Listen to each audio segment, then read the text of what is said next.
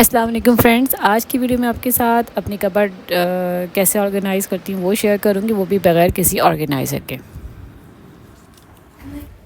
मेरी कबर्ड ना कुछ दिनों के बाद बिल्कुल कबाड़ खाने जैसी हो जाती है, जैसे कि आपको नज़र आ रहा है। इसमें कपड़े, टॉवल और शॉपर और पता नहीं क्या कुछ जो होता है ना, वो जल्दी जल्दी मैं डाल देती हूँ। जो जो चीज़ें हाथ में आती हैं मैं इसमें डाल देती हूँ बस।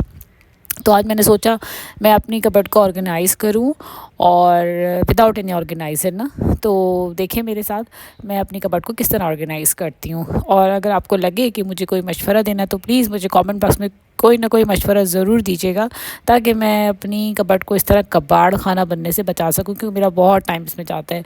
ये मेरी दूसरी स्लाइडर वाली कबर्ड है, जिसमें मैंने अपने वो वाले कपड़े रखे हुए हैं जिसको मैं बाहर जाने के लिए यूज़ करती हूँ। और जो कबर्ड मैंने आपको दिखाई उसमें वो कपड़े होते हैं जो डेली वेयर में और बहुत ज़्यादा फॉर्मल होते हैं, वो नीचे रखे हुए थे। तो बस मैंने सारे कपड़े अपने निकाल लिए और मैं जो ना अपने कपड़ों को वो 4 सेक्शन में डिवाइड करती हूँ। यानी कि एक तो वो होते हैं जो डेली वेयर होते हैं ना, तो उनको मैं आयरन करके रखती हूँ। और दूसरे जो होते हैं वो लेस फॉर्मल होते हैं, यानी कि वो अक्सर होता है ना कि आप अचानक से कहीं ग्रॉसरी करने चले गए या कोई घर पर आ गया आपके, तो कभी कभी आपने इस तरह के कपड़े पहने होते हैं, जैसे टी शर्ट पहना हुआ है आपने, ट्राउज़र पहना हुआ है, तो आपने फ़ौरी आपने चेंज कर लिया।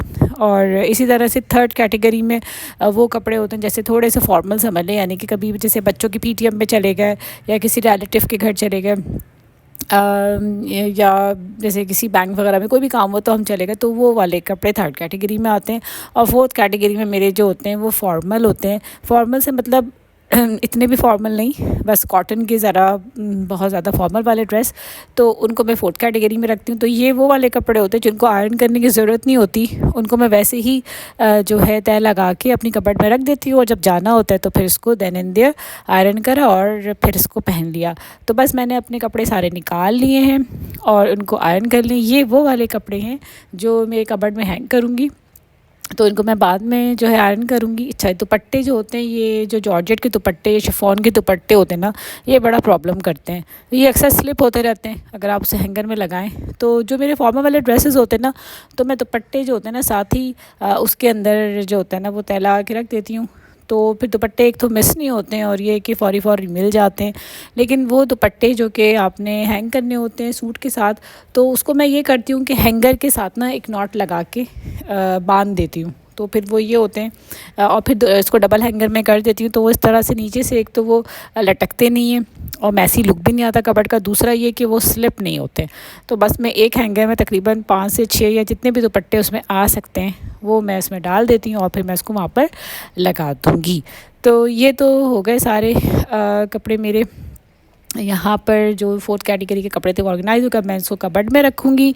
कबर्ड में रखने से पहले सबसे इम्पॉर्टेंट थिंग वो है फ़िनाइल की गोलियाँ, वो मैंने इसके अंदर रख दी हैं ताकि कीड़ा वड़ा ना खाए कपड़ों को। तो ये मैंने बगैर किसी ऑर्गेनाइज़र के अपनी कबर्ड में कपड़े रख दिए हैं।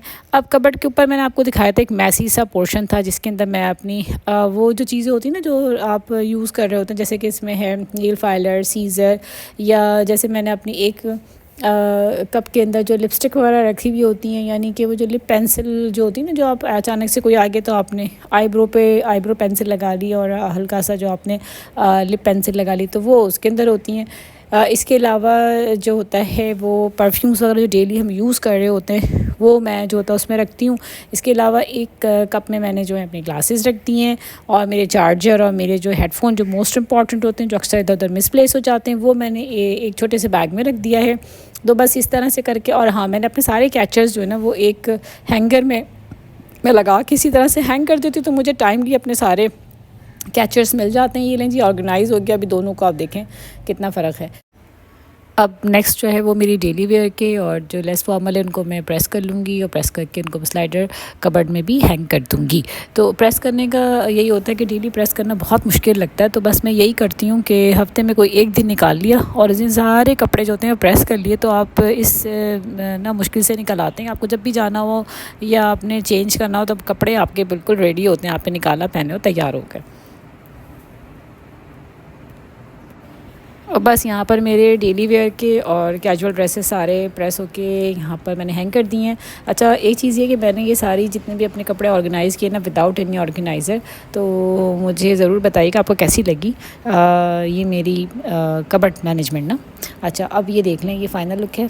ये मेरी ऊपर वाला पोर्शन था जो कितना मैसी था, वो मैंने यहाँ पर पूरा उसको अरेंज कर लिया है। यहाँ पर मेरी जो है वो नाइट ड्रेसेस वगैरह हैं और जो मतलब दुपट्टे वगैरह होते हैं वो हैं, और यहाँ पर मेरे जो हैं फॉर्मल ड्रेसेस हैं, और बाकी जो है वहाँ पर हैंग हुए हैं, और जो शादी वादी या पार्टी वेयर्स होते हैं वो मैंने दूसरे कबर्ड में रखे हुए हैं। तो यहाँ पर आके मेरी कबर्ड जो है वो हाफ डन हुई है। अब चलते हैं अपने पर्स वाली पोर्शन की तरफ। तो लें जी, एक और horrible portion of my cupboard. यहाँ पर आप बैग्स का हाल देखें, एक के ऊपर एक लदे पड़े हुए हैं।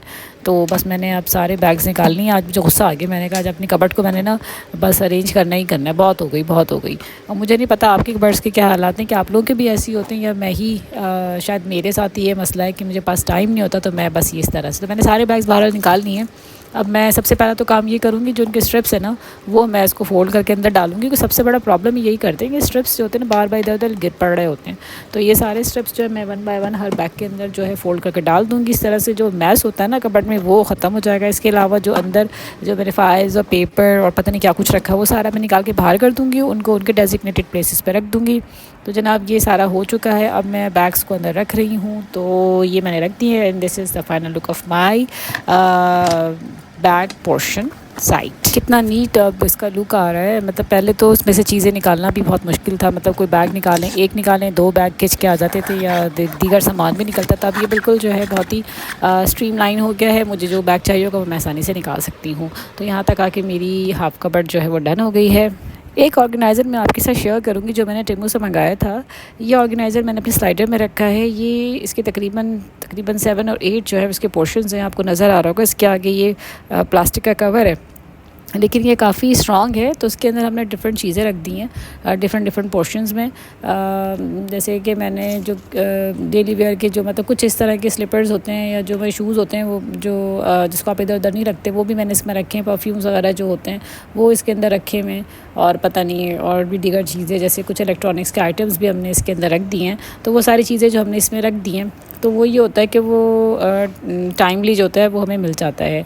तो बस यही था आज का। तो मुझे वीडियो कैसी लगी आपको मुझे कमेंट बॉक्स में ज़रूर बताइएगा। मुझे नहीं पता किस तरह से जो है वो लोग टोकरियाँ वोकरियाँ रख के ऑर्गेनाइज़ करते हैं। मैंने बहुत सिंपल तरीके से अपनी कबर्ड जो है ऑर्गेनाइज़ करी है। पता नहीं आप लोगों को कैसी लगी होगी, अच्छी लगी या बुरी लगी, जैसी भी लगी मुझे प्लीज़ कमेंट बॉक्स में ज़रूर बताइएगा। और ये ज़रूर बताइएगा आप कहाँ से मेरी वीडियो वॉच कर रहे हैं। पसंद आए तो लाइक शेयर और सब्सक्राइब ज़रूर करिएगा। टिल देन अल्लाह हाफ़िज़।